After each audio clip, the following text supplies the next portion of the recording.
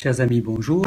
En cette période de Noël et de jour de l'an, j'aimerais lire avec vous quelques versets qui se trouvent dans la Bible, dans l'Épître aux Hébreux, tout particulièrement au premier chapitre, des versets qui nous parlent de ce Noël que nous allons fêter, de cette naissance de Jésus que le monde entier se prépare à fêter et fêtera dans les jours qui viennent. Voici ce que dit le texte.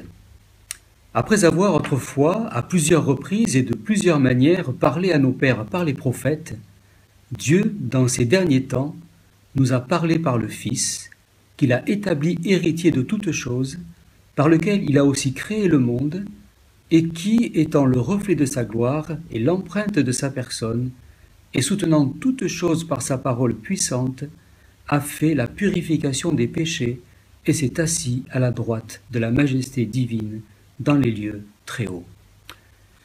Dieu nous a parlé. Dieu nous parle. Alors que notre monde vit des temps extrêmement troublés, alors que l'actualité, chaque jour, nous raconte les drames qui se déroulent aux quatre coins de notre monde, ce texte de la Bible nous rappelle que Dieu nous a parlé, que Dieu nous parle. Mais en fait, que nous dit-il? Que veut-il nous dire? Dieu nous rappelle ici qu'il n'est pas insensible à ce qui se passe dans le monde. Et c'est la raison pour laquelle Dieu nous a parlé. Et le texte que nous avons lu nous rappelle que, en ces derniers temps, les temps dans lesquels nous vivons nous aujourd'hui, Dieu nous a parlé par le Fils. C'est ainsi que ce texte nous rappelle la naissance de Jésus. En fait, Dieu nous a parlé en Jésus, en venant naître dans ce monde. Dieu est venu parmi nous, naître comme un enfant, comme nous. Dieu est venu nous parler.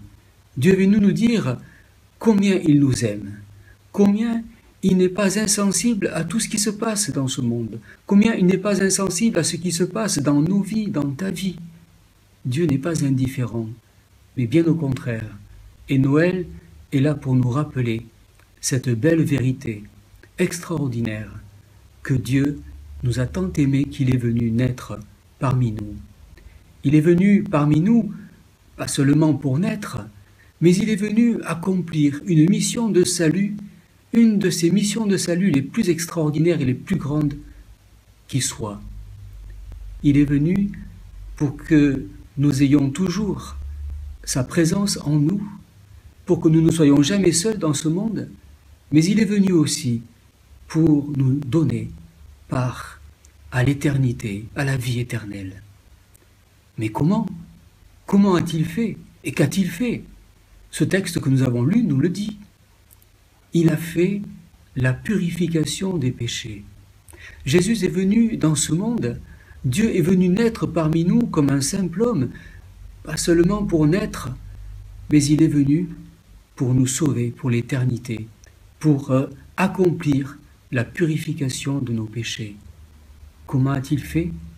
La Bible nous dit que Jésus a vécu une vie parfaite, sans aucun péché.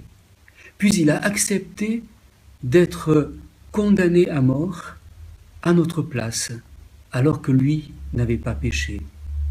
Dieu a accompli ainsi en Jésus le pardon des fautes de toute l'humanité.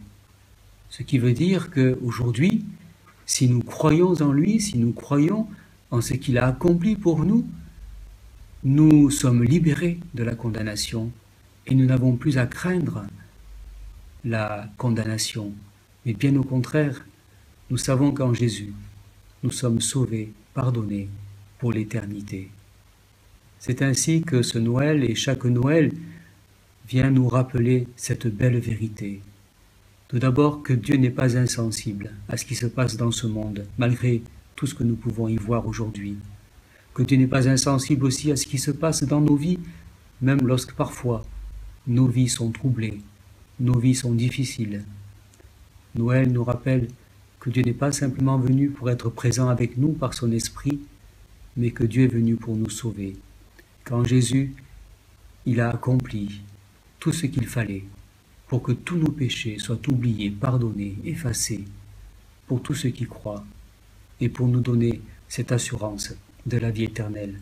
Nous dire que au-delà de cette vie, il y a une autre vie. Au-delà de cette vie, nous vivrons éternellement si nous avons placé notre confiance en lui.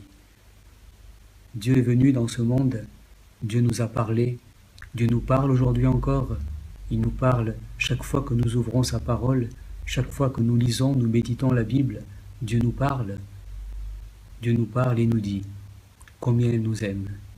Dieu nous parle et nous dit qu'il est venu parmi nous pour nous sauver. Dieu nous parle et nous dit qu'il sera toujours avec nous jusqu'à la fin du monde si nous croyons en lui. Et Dieu nous parle et nous dit qu'il nous a donné la vie éternelle si nous croyons en lui. Alors qu'en ce temps de Noël et au seuil de cette nouvelle année qui s'annonce, mon vœu, ma prière, c'est que chacun d'entre nous, nous puissions toujours mieux aimer, toujours plus aimer ce Dieu qui nous a tant aimés, et que nous puissions le suivre, lui obéir toujours mieux, afin que nous vivions une vie paisible en ce monde, avec sa présence à nos côtés, mais que nous vivions aussi dans ce monde avec cette belle espérance de l'éternité. Que Dieu bénisse cette parole et un joyeux Noël à toutes et à tous et tous mes vœux pour cette nouvelle année qui s'annonce pour chacun d'entre nous. Au revoir.